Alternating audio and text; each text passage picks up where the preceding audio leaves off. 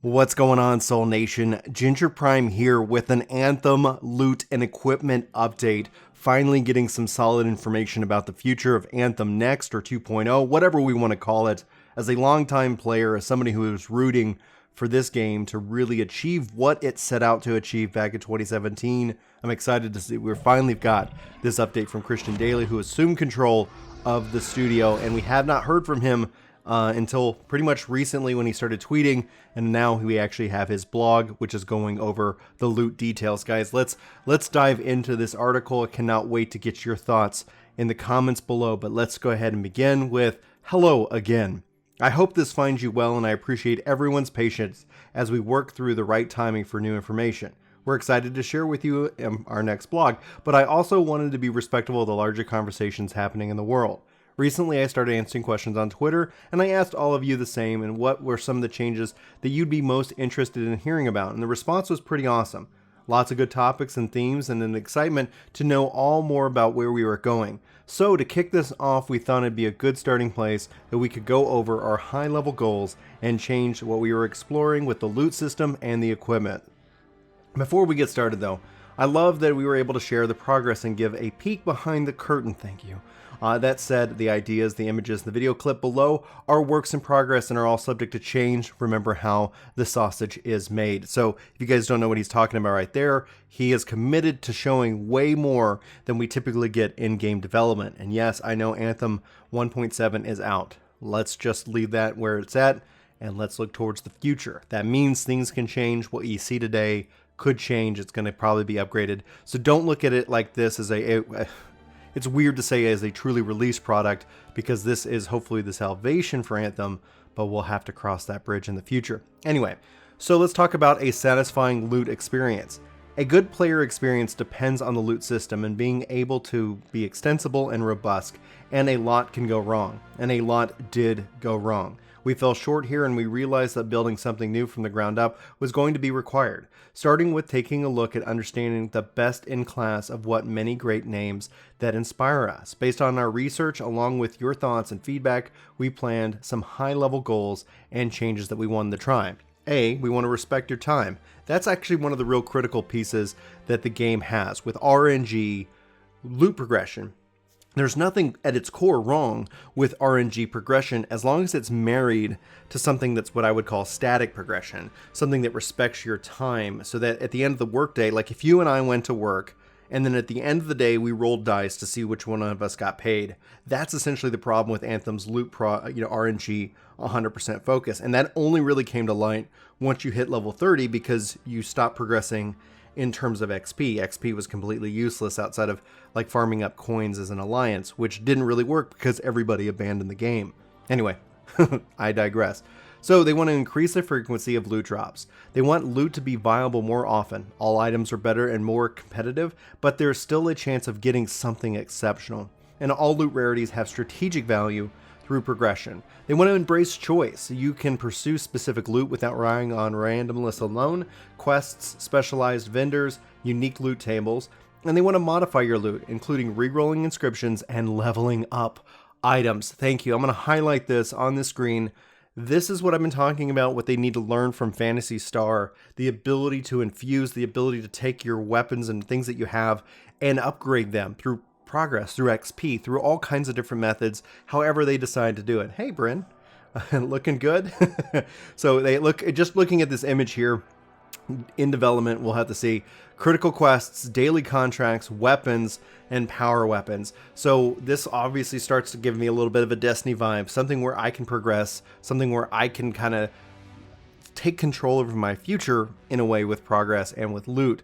So they also want to create a rewarding loot experience. Loot feels exciting and more noticeable when it drops, and it's celebrating when it's collected.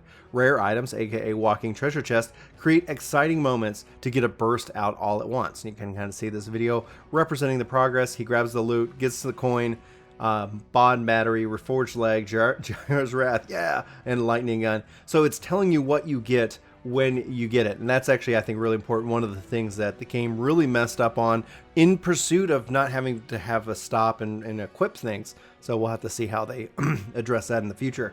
They also want to keep it more accessible and immediate. They would reveal and equip loot right away. Yay! Complete revamp of the equipment sheet, including details, stat sheet not shown. And then the equipment sheet can be accessed from anywhere, allowing you to easily see what you have and equipped in each slot. Perfect. All right, I'm a professional. You can see here equipment, skills, mastery, appearance, store, and settings. Mastery and appearance, I cannot wait so we can dive more into that. Skills as well. What you've got equipped, what's better about it, damage, power. What else is on here? So you've got burst fire, different types of stats currently equipped, the rarity. Listen, like this, obviously this is placeholder imaging and graphics, so don't sit here and be like, oh my gosh, it looks so flat. Honestly, I say as just prepping the game itself looks incredible, and I cannot wait to see where we go from here. All right, and then we could see here primary power, primary specialty, defense. So we're starting to get some stats, but this is not the full stat screen. I cannot wait so we can hopefully get some more of that information. Reliability of equipment and rewards. Each item has an inscription budget based on its power and rarity. No more useless items because they were missing must-have inscriptions. See increased weapon damage by 225%.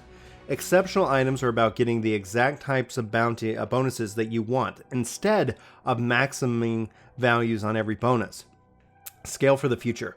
You can power cap, your power cap can easily be increased, and the loot system scales accordingly. Advanced telemetry data allows us to identify trends and make meaningful balance and changes. So that's good. As a programmer, I respect and love telemetry data. And aligning around these goals, it has really helped us to focus on the right priorities as we continue to iterate and see the progress and the internal playtesting. It's in its early days though, and we will continue to test and experiment in the coming months, and hopefully with your feedback. Now, hopefully with our feedback, they've talked about bringing in the public test realm back again, getting our hands on with it. That would be really exciting to see. I still think this is at minimum a 2021 release, could easily be a 2022 release. My vote here at the end of the day is take your time, get it right. You only have one more shot.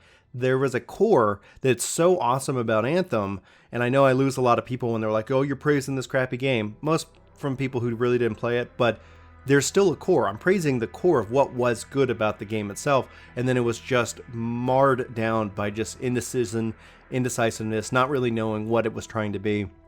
And so I'm hopeful for the future and that Christian Daily can deliver. In addition to loot and equipment, there are some really good improvements to the feel and the types of items that we are supporting.